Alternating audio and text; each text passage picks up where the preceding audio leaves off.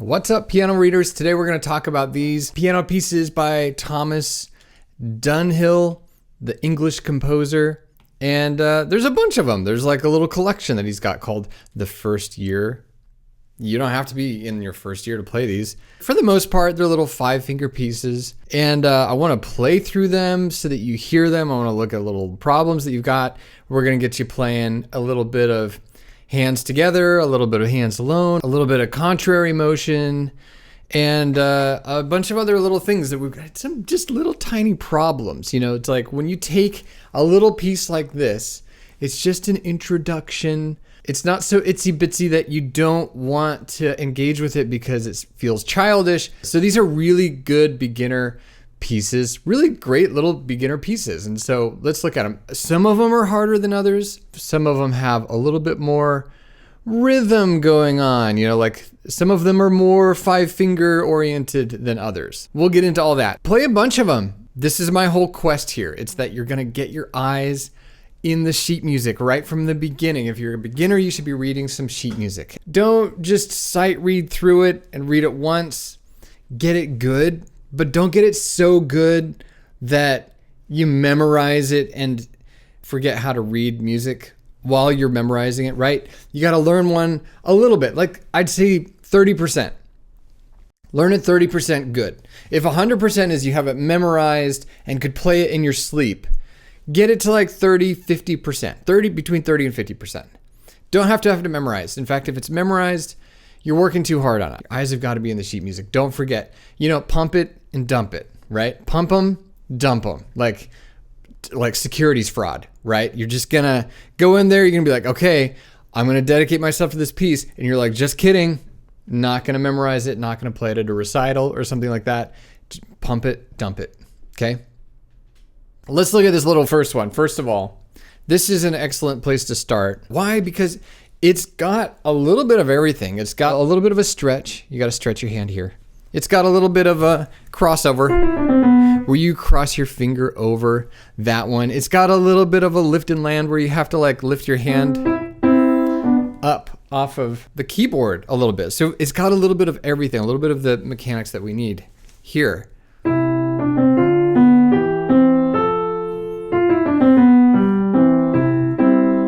Do you see that little crossover there where you just got that second finger over? And it's just like, what I'm trying to go for is that the thumb does a little bit of that to help the fingers over, Don't do this. We're not trying to like reach or lengthen that finger. Go ahead and do like a whole hand crossover. But it's just for that one little note. It's great. Little thing like that. And then you've got a little lift and land.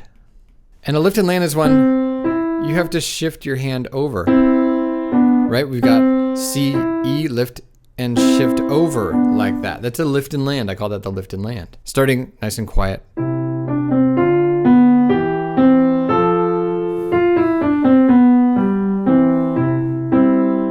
So little things that I would look for is just making sure you can count it. Don't not count these pieces just because they're a little bit easy and you think you can. If you can count out loud, it's even better. I won't get into that right now because it's vital for you. And I'm just going to assume that we're on the same page there with that. So these rhythms, 1, 2, 1, 2. If you can count it out, 1, 2, 1, 2, 1, 2, 1, 2, 1, 2, 1, 2, 1, 2, 1, 2. Any tempo you want, right? So far we've got a little lift and land, a little crossover, easy. So that was pretty much like the first phrase. It's a little different. A little open the hand. Another little open the hand there, right? So you're going both ways. You got to open your hand a little bit for this one. You got to open your hand a little bit for that interval. This.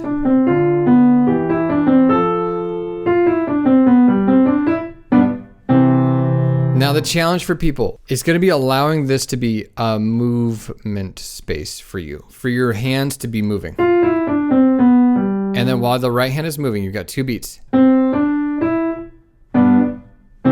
What are you gonna do during those rests in your left hand? Because your left hand has to move from there to here. And you could use a second finger here if you wanted. It feels a little bit easier for me if I use second finger on the bottom.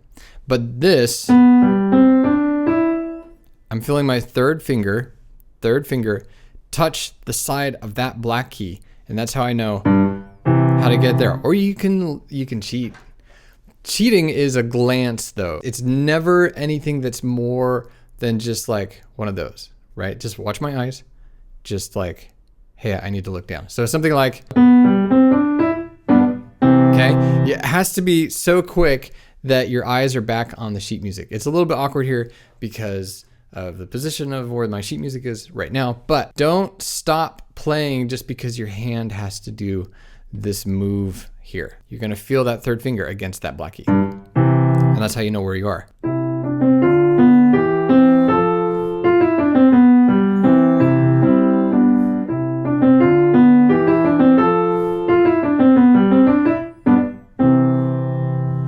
The second piece is a little different. We've got a little bit of this like parallel motion thing happening.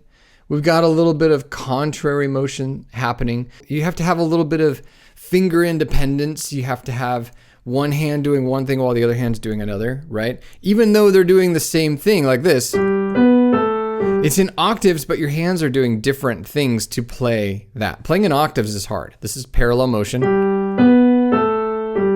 right? And then starting here, we're gonna go contrary motion. Just kidding, right? We've got contrary motion and then like one note of parallel.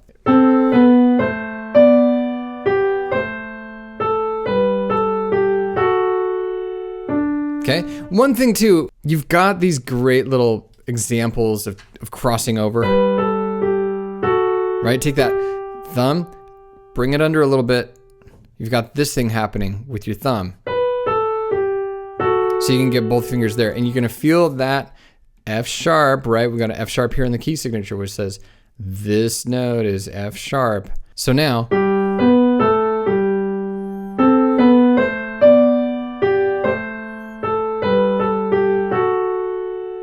and I love a little piece like this because what you have to do on the long notes is chill a little bit. There's gonna be this like anticipation, this antsiness that you have to get to the next note, to like play this note, but you have a sustained note. What do you do when you have a sustained note?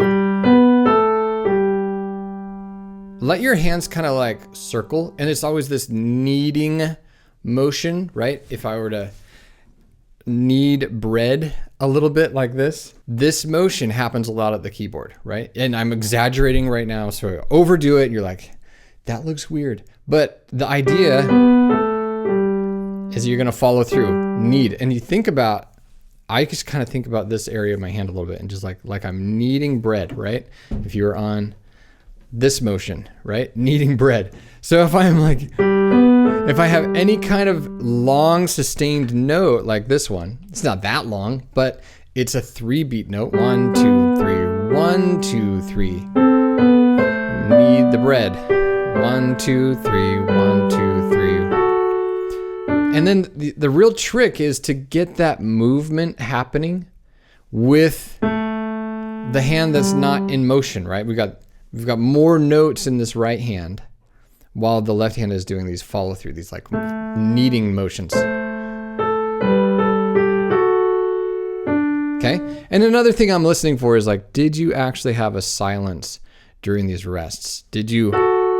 Or did you hold it over like 1, 2, 3, lift? Like take your right hand off during the rest. We'll just have 8 more measures. And it starts like it started.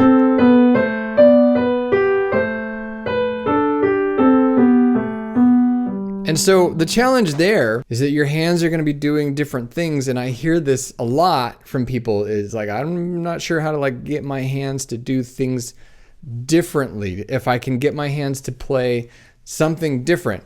Here's the trick. This is just my brain, and this is how I explain it. You'll learn something one hand and you'll learn something else in the other hand. And then the idea is that, oh, if I can do this and I can do this, then certainly I can do it together. Think of it as a third hand. I know that's a weird way to think about it, but it's like, I can do this, I can do this. Now I have to practice my third hand, which is both hands at the same time, right? It feels like let it be a separate step. And the reason people are like, I can't get my hands to do is because you're thinking in the first two steps. You're thinking right hand and you're thinking left hand, but you haven't been thinking that third, like, hands together step. It's imaginary third hand, but you have to give that attention, as much attention, or probably more attention than you did hands alone. You're like, I can do right hand, I can do left hand. That's easy. Yeah, okay, well then, have you given it more time than you gave it individually? That's all I'm talking about. Is just, did you give, you're like, okay, that was easy, right? Okay, this is 1, 2, 3, 1, 2, 3, and you can count it out loud. Great, you're great. And then you're like, okay, I'm gonna put that together. And then you expect it to just like appear without any effort? No, your third hand. When I put hands together, it's always like this, okay? Up a third, okay? Down a second, down a second. You're going just as slowly as you need to. And the idea is that your brain is gonna be bouncing back and forth between hands. And I love things like this where you go, okay, this is both a 3. Both of these are a 3. And you could say these two notes are starting on the same 2. And you could give yourself little hints of where the symmetry is happening between your hand to give yourself starting points. You can't always do that. It's just one little trick that you can do to get yourself to launch or to land. Launch or land, okay? So a little bit of hands together here. A little bit of things that are happening differently. The next one, oh, this is great. Because first of all, we're switching keys from piece to piece. And I know that they're easy keys like G major with 1 sharp or F major with 1 flat. We have to be thinking of moving the hands around and reading in different positions and different keys, okay? There's really no such thing as a position on the piano. So when I see people who are beginning, they're starting out, and then there's suddenly like, oh, my hand's over here now. There's some like mental block of, is that appropriate? Did I just break the piano? No, because your hand can go anywhere on the keyboard, okay? It just so happens that a lot of the pieces, and I think this is dumb, the beginner pieces, they start you in the same place over and over and over again. And that's why I draw on this kind of music, because it shifts you around a little bit. This one's just a 5-finger pattern in F major, right? And then a little lift and land. Like, he will let you depart from that 5-finger position. Put a thumb on that one, right? So just left hand by itself. 1, 2, 3, 4, 1, 2, 3, 4, 1, 2, 3, 4, 1, 2, 3, 4, 1, 2, 3, 4, 1, 2, 3, 4, 1, 2, 3. Okay. Sorry, you couldn't see this part. What I want to point out is that you've got to move during the rests. So anytime you've got like that, these are move moments. When I say move, I mean cover. Starting right here. 1, 2, 3, 4, 1, 2, 3. And did you notice what I did like right here? 2, 3, 4, 1. And I'm covering, my hand is touching this key during this rest. If I play this, 3, 4, 1, where is my hand already? It's been covering this position since beat 4, okay? So what I want you to get used to with something like this is how I would coach beginners, is if you come across a rest that's not like just stop doing things, you have to look ahead. It's this opportunity for you to be well prepared. My clothes are laid out. I know what I'm putting on in the morning. I've already brushed my teeth like the night before. I'm good to go. If you've got your hand positioned, 1, 2, 3, 4, 1, 2, 3. If you've got your hand in position, it's always going to go there. So.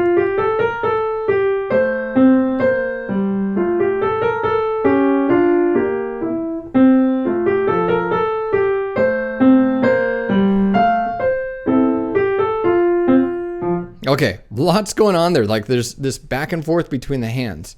We've got, and then suddenly we've got these long notes, right? So the idea here is to follow through, right? Follow through. FT, follow through. It's that kneading motion, right?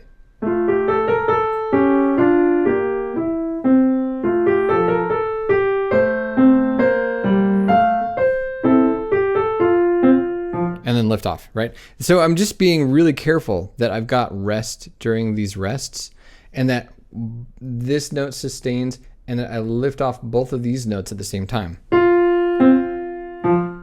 Going on, same idea. Now we're up in 2 clefs, 2 treble clefs. And don't let this freak you out. I think it's totally appropriate to bounce back and forth between the clefs, to be able to read left hand in treble clef and right hand in bass clef, whenever that happens. Approach it with just the most confidence, because it really is about identifying a landmark line, which is like this bottom line of the treble clef is this E, right? And then just reading intervallically from there. Down a third, down a third. Oh, super easy. And then this line here is the clef line G. If you need help with figuring out what these like clef lines, what the landmark notes are, I have a course called Piano Notes Boot Camp. I'm gonna rename it at some point because everybody's got a boot camp. It's all about identifying these landmarks and knowing how to go, right? Get your hands on the keys. This 4 measures is definitely a little bit more challenging. I like it. It's fun. It's just, it's a little bit of a tongue twister, a finger twister thing happening because of the articulation, because of this thing, you know, this like little swoopy thing on the bottom, which is going to tell us to connect this note to this note. And then this staccato note, see the little dot? Connect. And then this one's short. And then moving up, we have one little lift and land here. All really easy, simple things to do. But while you also have to do this,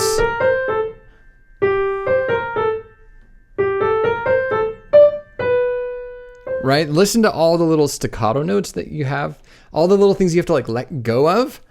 Then when you put that together, the articulation has to come a little bit at a time, so slow it down and just listen for enunciate, right? And when you enunciate, you'd go slow.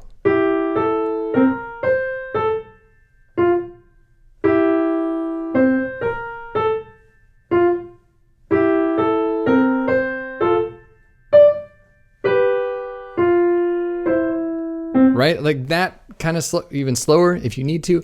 But what I'm listening for right then is, am I doing all these articulations? Am I letting go? Am I playing short when I need to? And it's different in between the hands. One hand's playing short, the other one's connecting. The other hand's playing short, the other one's holding on to something. And that takes some skill. That takes a little bit of skill. And that's why I like these little pieces, is because it offers a little challenge right out of the gate. You got to think musically. This last line is just, I think it's just like the first.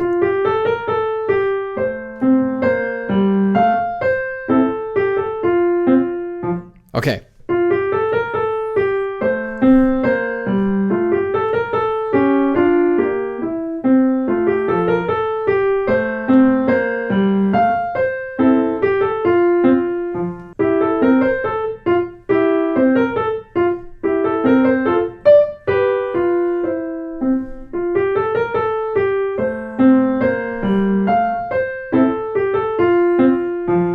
This Old Abbey, the Old Abbey, you know, Old Abbey, you know, the lady down the street, good old Abbey, who always gives the full-size candy bars on Halloween. Just kidding. I think it's talking about an old church building or something. An old monastery, the Old Abbey. This one's beautiful. I've taught this before.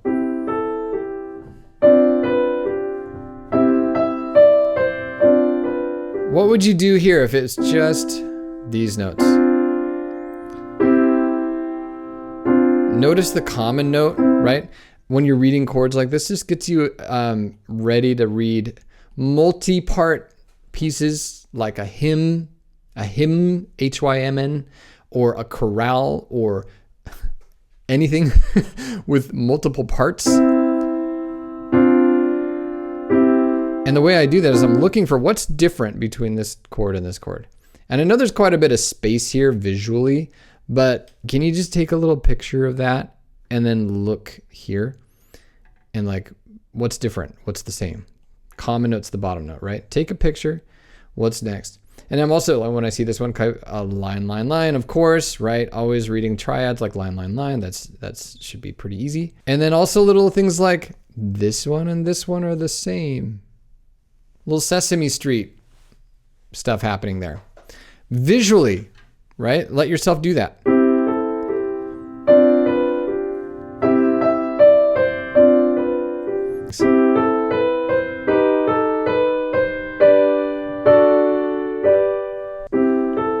It all kind of stays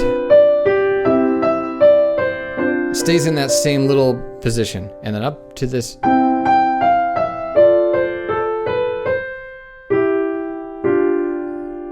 like this little cross under here, right?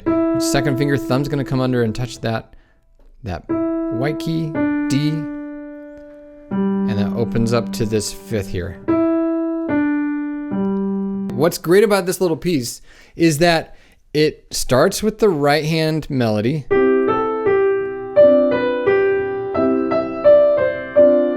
And so my cue for you is, can you play this, all of this, really quiet? Can you play the left hand really softly? And then when you get to the next part where it's like, it's swapped hands, can you bring out your left hand? Can you make your left hand louder and play this all really nice and quiet?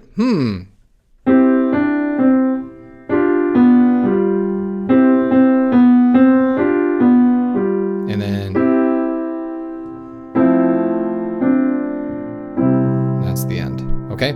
So my little hint for that, if you can't balance the hands, if you're having a hard time, like I want to play right hand louder and my left hand softer, how do you do that? You let yourself exaggerate unmusically, okay? And in this situation, let's do it where the left hand has to play louder than the right hand. Because we've got movement here, we've got melodic movement happening in the left hand. Right hand has just these little chords. What will you do? Play the right hand as quietly as you can. Another thing you could do is just touch it. Like, I'm not even pushing the keys down, not even like a little bit, and just cover the notes, just touch it. And then with your left hand, play it as loud as you can.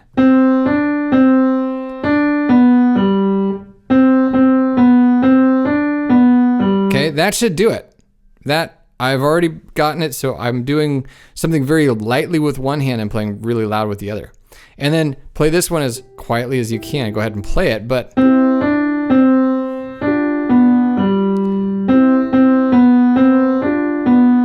that kind of thing. So you really just unmusically do it. You have to get mechanical about some of this stuff. Just let yourself take it apart. A little hush song. I don't know about this.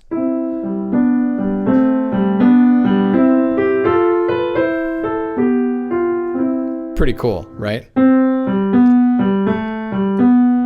We're back in key of C, but if you're going to count 1, 2, 1, 2, in this compound 6/8 time signature, 1 and 2, and which gets a little bit, it gets a little bit too much. Think about it as 1 lolly, 2 lolly, 1 lolly, 2 lolly, 1 and a 2 and a 1 and a 2 and a 1, da da da da. So you're thinking in threes for each beat. 1, 2, 3, 1, 2, 3, 1, 2, 3, 1, 2, 3. You can count to 6 if you want. 1, 2, 3, 4, 5, 6, 1, 2, 3, 4, 5, 6, 1. Just pick one, make it your favorite, whatever one you want. It doesn't matter just as long as you're vocalizing it. 1 and a 2 and a 1 and a 2 and a 2 and and a 1 and a 2 and a 1. Okay, second line, 1 and a 2 and a 1 and a 2 and a 1, 2 and a 1 and a 2 and a, go on, 1 and a 2 and a 1 and a 2 and a 1 and a 2 and a 1 and a 2, 1 and a 2 and a 1.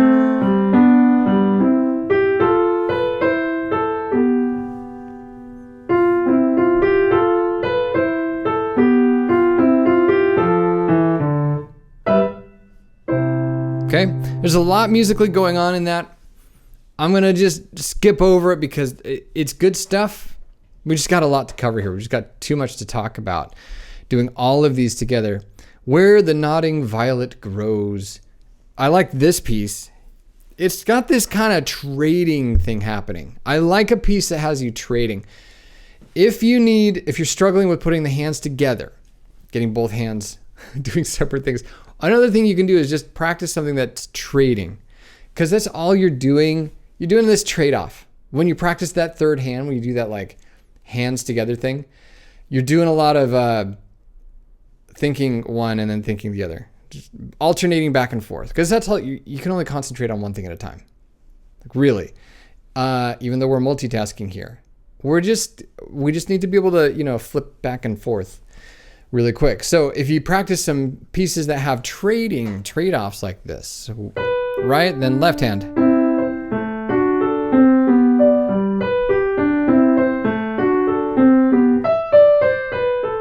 It's really fun. I love it. Graciously. You can get that to kind of topple. Get it to topple out. It's really fun.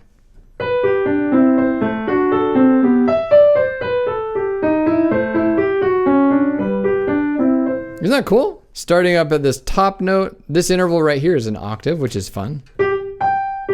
And I want to feel that. I want to feel my fourth finger on that black key. Part of me wants to really slow down. 2, 3, 1, 2, 3, 1, 2, 3, 1, 2, 3, 1, 2, 3, 1. Just like put what's called a fermata on this note. Like really. 1, 2, 3, 1, 2, 3, 1, 2, 3, 1. Like that just, to me, it really just wants that slow down. There. You can do that. This one is so easy because it's really a lot of just, it is the same thing. Trading hands. 2, 3, 1, 2, 3, 1, 2, 3. 2, 3, 1, 2, 3, 1, 2, 3. 1, 2, 3, 1, 2, 3.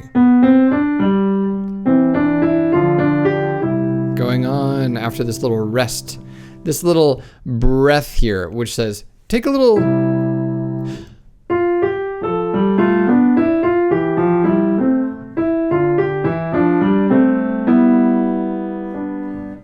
Then finishing it up.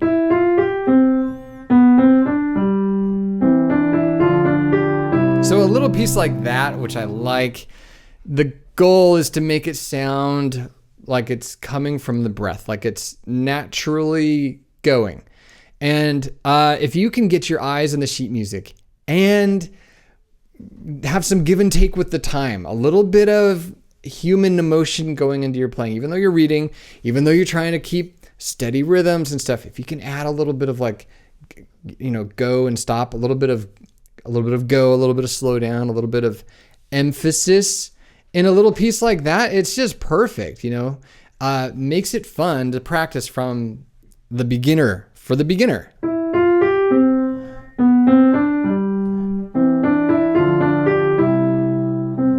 Going on.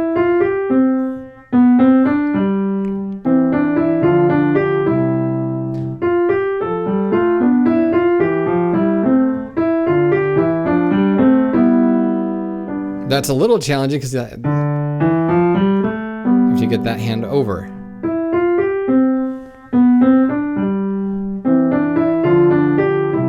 Okay, give it a little bit, or I could probably slow down a little bit more.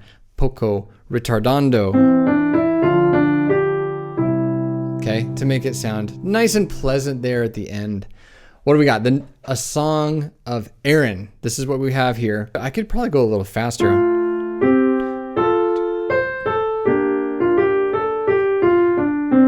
It's got this nice kind of rustic Kind of like a old-timey, rustic hymn almost sounding.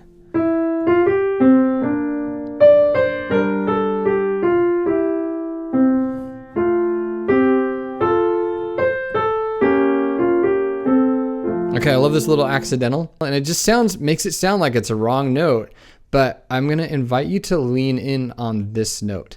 We wanna hear the notes that are a little bit crunchy and then resolve it. And the way you do it is pay attention to this little, right? This little get quiet as you play.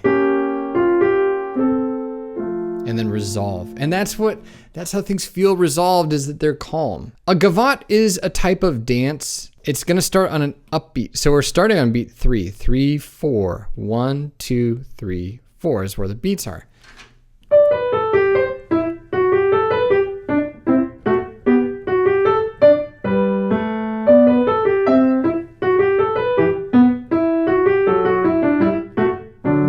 Going on.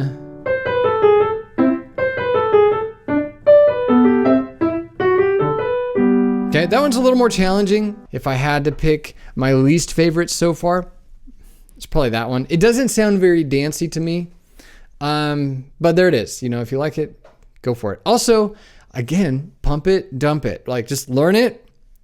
It doesn't have to be your favorite piece. Learn it until you can play it and then be like, okay, I'm going on. Learning something else. But again, don't just sight read it through once. Spend some time so that you can play it. Can you play it? A sad story. It's a sad story whenever you can't read music while you're trying to learn piano.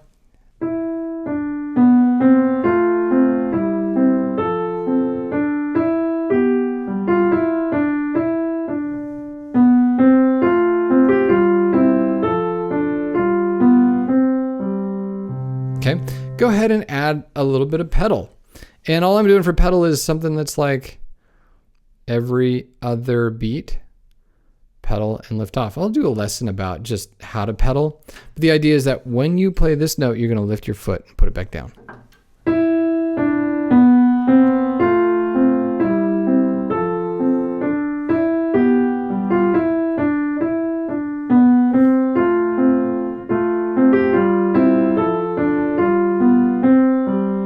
Pardon my little double play there.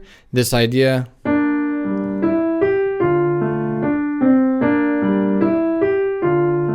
That's really nice. You just have this back and forth and the left hand go on. Right?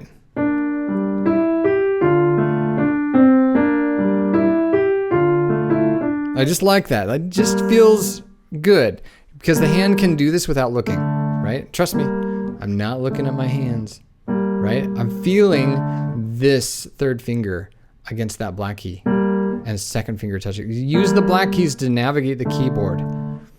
This chunk and this chunk, right? That note and that note. Here we go.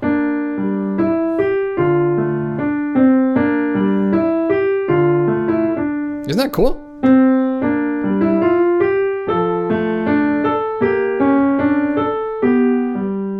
Okay. Then it got interesting, right?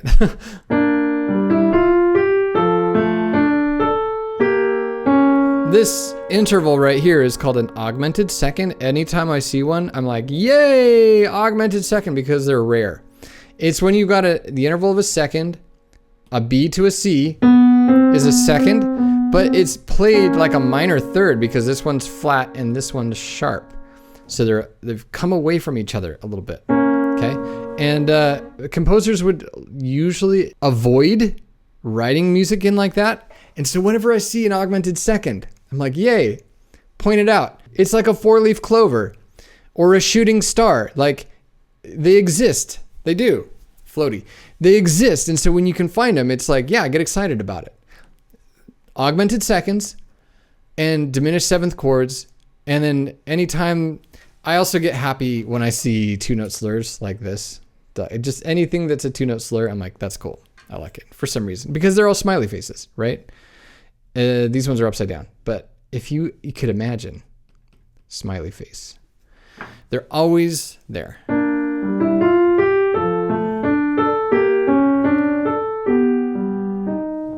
little retardando means slow down a little bit.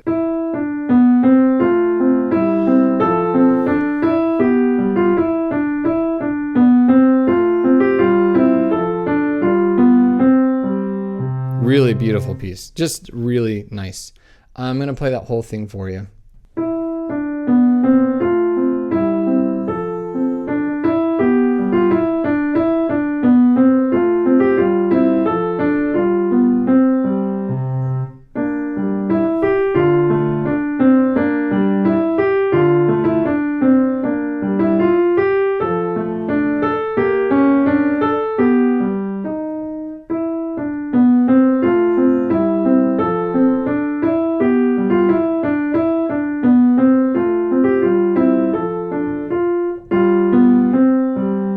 Little double play there at the end, sorry.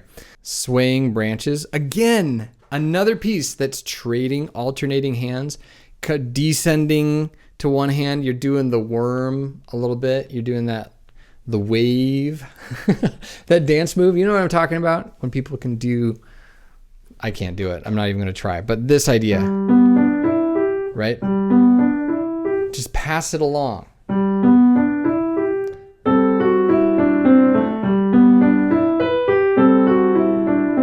Isn't that nice? Just this passing along of this motion.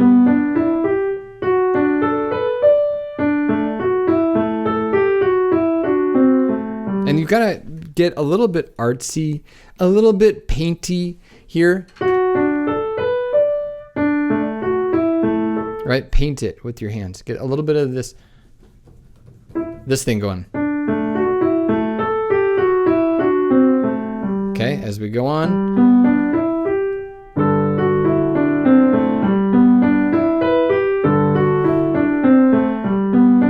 Okay, I admit I might have done a glance for that, but not really.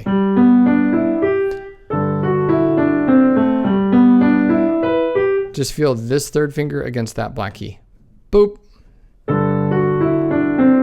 Okay, we got.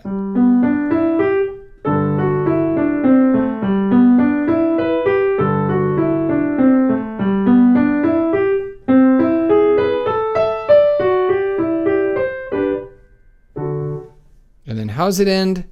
Same idea. Just pass it along.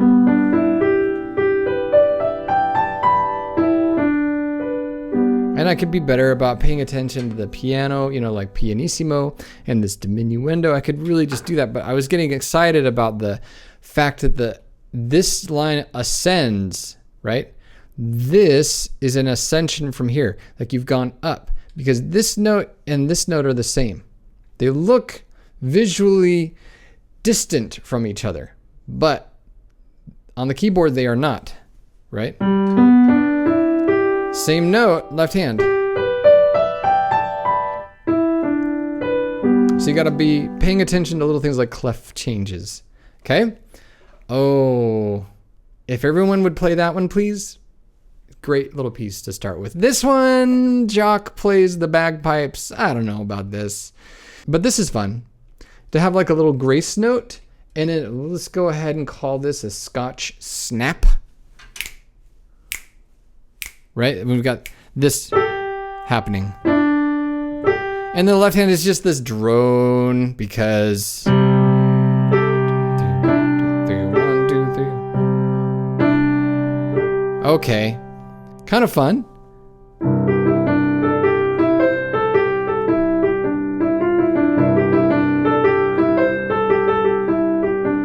What I appreciate about this is that your left hand is playing, it's just sustained, and then your right hand has this motion, this little bit, you've got to do some inchy squinchy.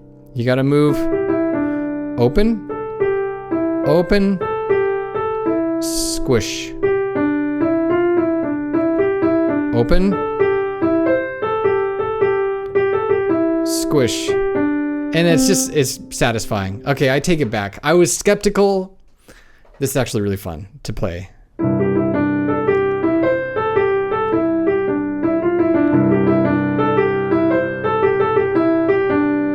It's jaunty, right? I mean, sometimes I use the wrong word to describe music. Is this jaunty? Maybe. I love that little B flat in there. Yeah. Lean in. It's just like a little bit of branding. It's nice.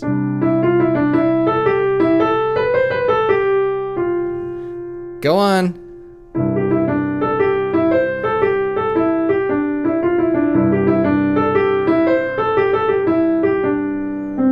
Here we go. Scotch snap. I think that's fun. I think that's cool. That's okay with me if that's how he's gonna end it, right? This little collection of Thomas Dunhill pieces that are really great for beginners. Not all of them are the same. Some of them are a little bit harder. Again, use pieces like this. This is for adult beginners. It's for kids too. Kids can play this stuff. Kids really could play this stuff, but I love it for adult beginners who are trying to read music. Now, the way I went through it, I didn't practice it with you because this is a lot of music to get through. If you need help practicing, my program Measure by Measure is there for you if you want step-by-step instructions on how you would approach every little bit of music, because I can endlessly talk about it. And that's where I choose to endlessly talk about it, is for people who want me to endlessly talk about it, because I don't know if everybody on YouTube wants that. So Measure by Measure is there. And what the heck is Measure by Measure? It's just my little membership site for people who are trying to learn pieces like this. Music like this, and no, you don't have to play classical music. You could BYOM, bring your own music if you want.